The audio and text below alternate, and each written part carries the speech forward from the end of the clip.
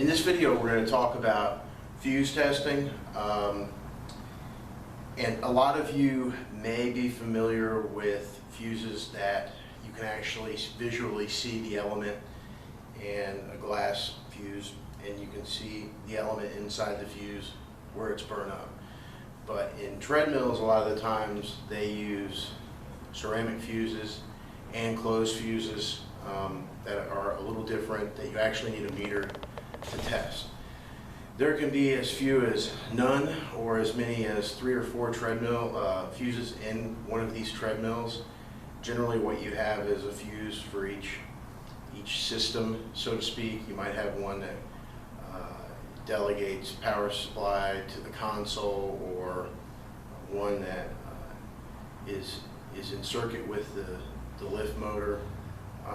All these are protecting that particular circuit. All the fuses are doing is protecting that particular circuit from experiencing a thermal event, which means, you know, things get hot and they tend to combust.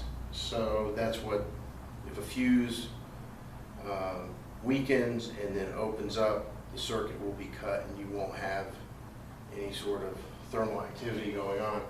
We're going to zoom in on this treadmill here and just look at a couple of these fuses.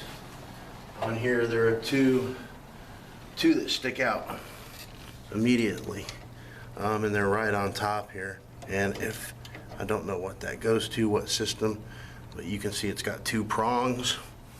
Okay, and if I was having some sort of power loss or maybe lift issue, I could test this. Over here on this bench I have my meter, and I also have some ceramic bulb fuses. And what I'm going to do to test, I'm going to test both these.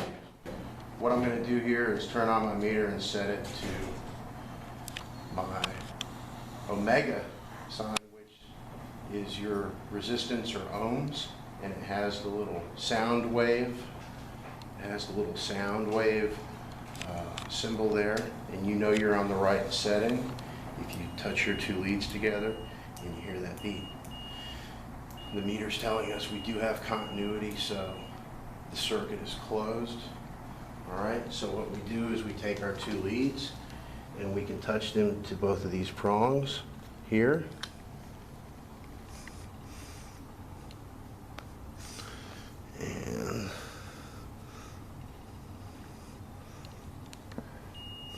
And of course it's going because that fuse is good. So I'm touching both those prongs.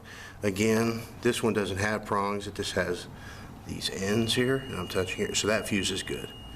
Now, if you're not getting the audible beep from your meter, okay, all meters will have this. You don't have to have a fluke to do this. All meters will have that audible continuity beeping test.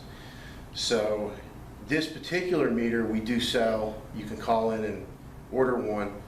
It's a Fluke 362, and it is perfect for service work on fitness equipment, mostly because it does a DC amp draw, which you can isolate problems with a DC drive motor if needed. A very good meter for a fitness repair technician to have. So, thank you.